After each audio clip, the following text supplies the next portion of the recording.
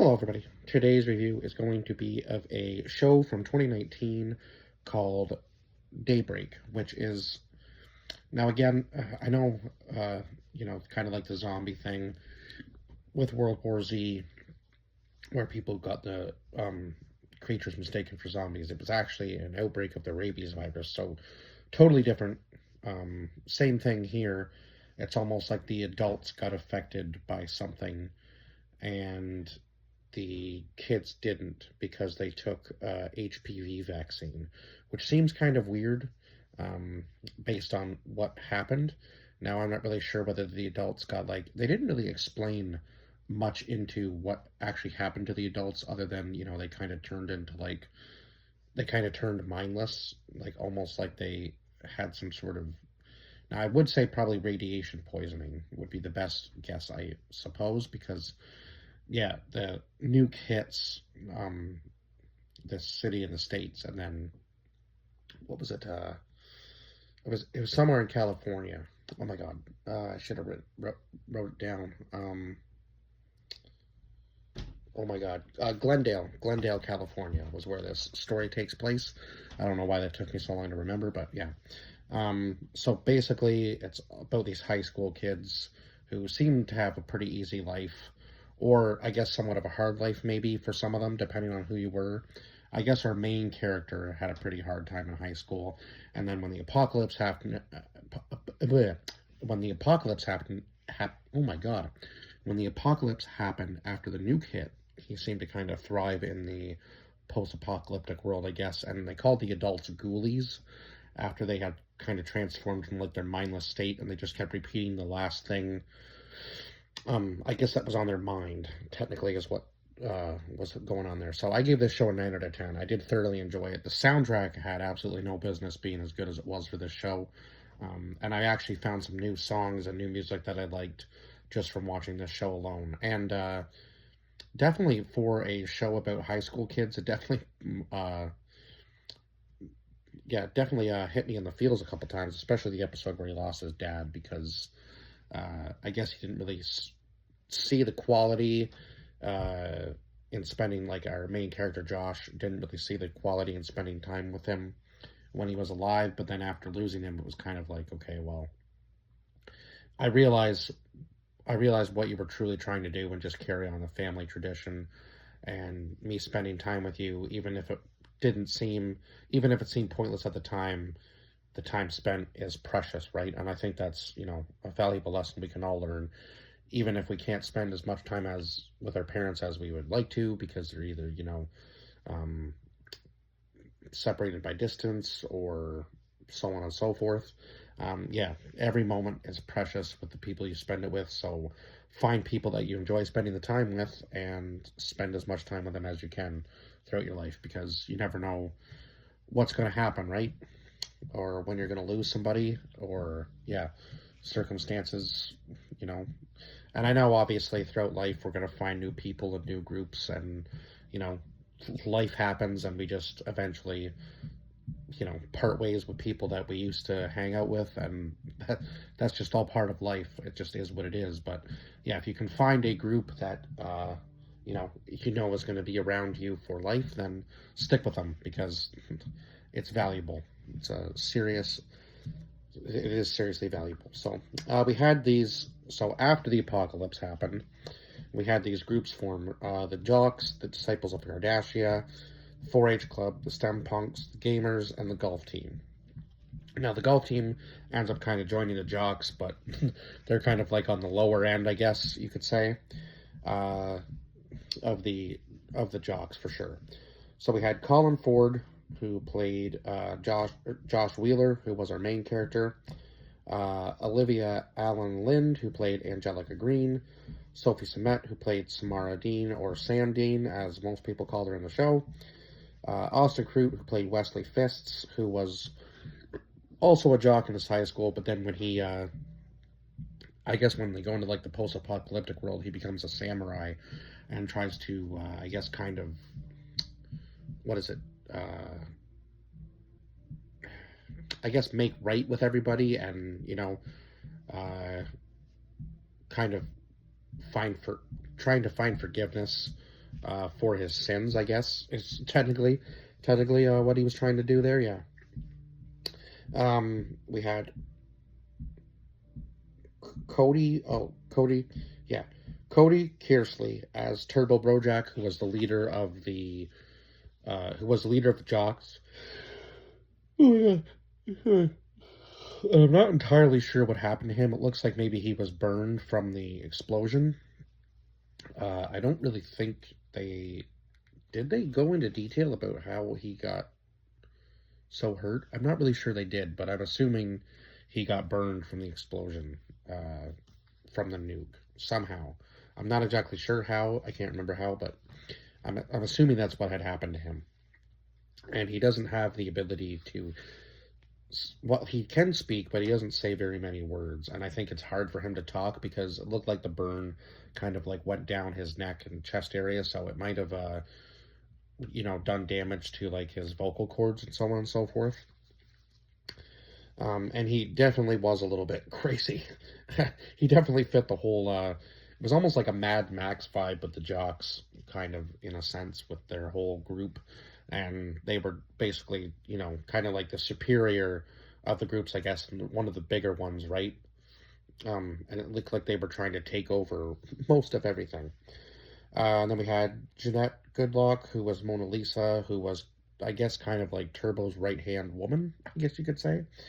And then we had Greg Kassan as Eli Kardashian, who was, they made a very good point of him not being related to that, like the Kim Kardashian or Khloe Kardashian, or the Kardashians, I guess. His name was spelled very differently, so they wanted to make a point of that. And it seemed like he kind of grew up poor, and he had like an addiction to what was it, Magic the Gathering cards, and he always wanted them when he was a kid, but wasn't able to get them. And then I guess when he got in high school, he was starting to kind of make his own money, and so he always bought off knockoff stuff to make himself, I guess, look richer than he actually was. But obviously, his addiction with magic cards, he was getting money somewhere if he was able to collect them, right? Then we had Krista Rodriguez as Miss Crumble, who ends up becoming the Witch of the Mall, I guess. And I'm not really sure. It's kind of interesting at the very end because it almost seemed like the radiation was turning the adults into something else. Especially Matthew Broderick's character, Michael Burr, or Baron Triumph. So I don't really know how to explain it because it's kind of, they weren't zombies, but and he was the only adult that seemed somewhat normal besides Miss Crumble. Like, he was full on cannibal and was obviously eating the people, but it seemed like he was eating the people to sustain himself, from changing into whatever it was at the end. Because at the very last episode, when he is killed from his peanut allergy, of all things, um, this hand comes out of his stomach, like almost like he was mutating into something else from the radiation poisoning, possibly. And of course, the cereal company that he was at, they were peanut free, so that he didn't even realize that he was outing himself slowly throughout the school year, I guess, when people were paying attention and saying, like, he goes, you never know.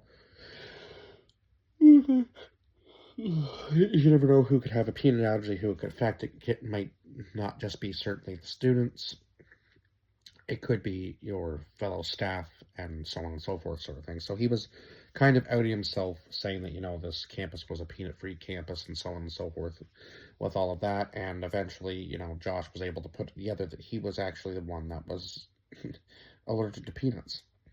And then we had John Lavert as Barry, and Michael Dolan as Gary, and Robert H. Roy as Jaden Hoyles, who was essentially just Josh's bully in high school and would find pretty much any way to, I guess it was his parents that owned the cereal company, so he kind of got away with a lot of stuff until Mr. Burr was able to find a way to just, kind of take a deal, but also at the same time, the more power that Jaden thought he had, the less he actually did, because yeah, Mr. Burr was able to get him with a lot of stuff at the very end of that episode.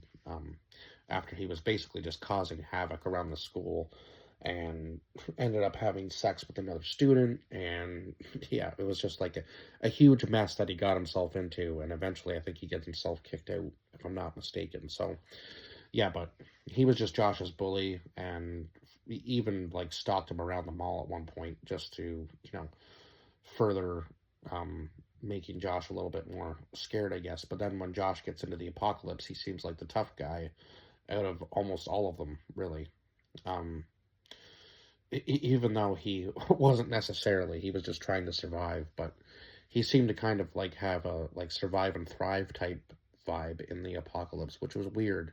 But he did stick to himself until, Angelica and Wesley came along, and he kind of formed a little bit of a group. And then, of course, they run into what they think is Baron Triumph, but it's actually just Eli. And then Eli has taken over the whole mall, and then he gets another group in there, and they take it over.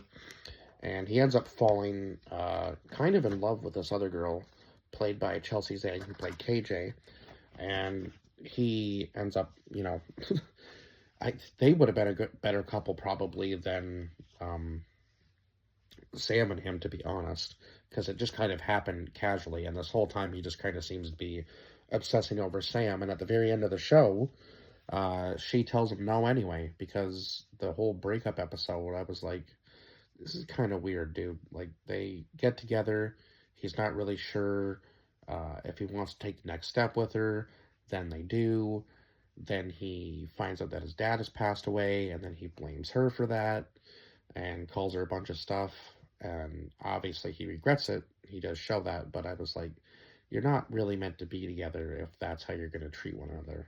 If you're just going to meet up to have sex and then move on in the next second and blame her for, your father passing and you not being there when it had happened, it was kind of just a little bit crazy. And then, blaming her for being sexually active because he looked at this app that she had, I guess, put on all of her previous sexual encounters, which I don't really know why you would want to keep track of that. Seems a little weird, especially in a digital realm where other people could possibly go look at it. Just seems crazy. Like, yeah, I guess if you're going to tell people your number, you would just tell people your number, or you'd tell them, I'm not comfortable with presenting that information. Um, yeah, it shouldn't really matter. It shouldn't really matter. If you like somebody, it shouldn't really matter how many people they've slept with. To me, anyway. As long as it's not like I don't know, what would an outrageous number be? Like 400? Like, I guess if you're going on that term, then maybe. Yeah, but I mean, anybody who I don't know. It's kind of like a gray area, I guess, when it comes to that. But anyway, we'll move on from that because that's not what this is about. This is about the show. So yes, the action sequences were good. There was a lot of twists and turns on this show that I didn't see coming.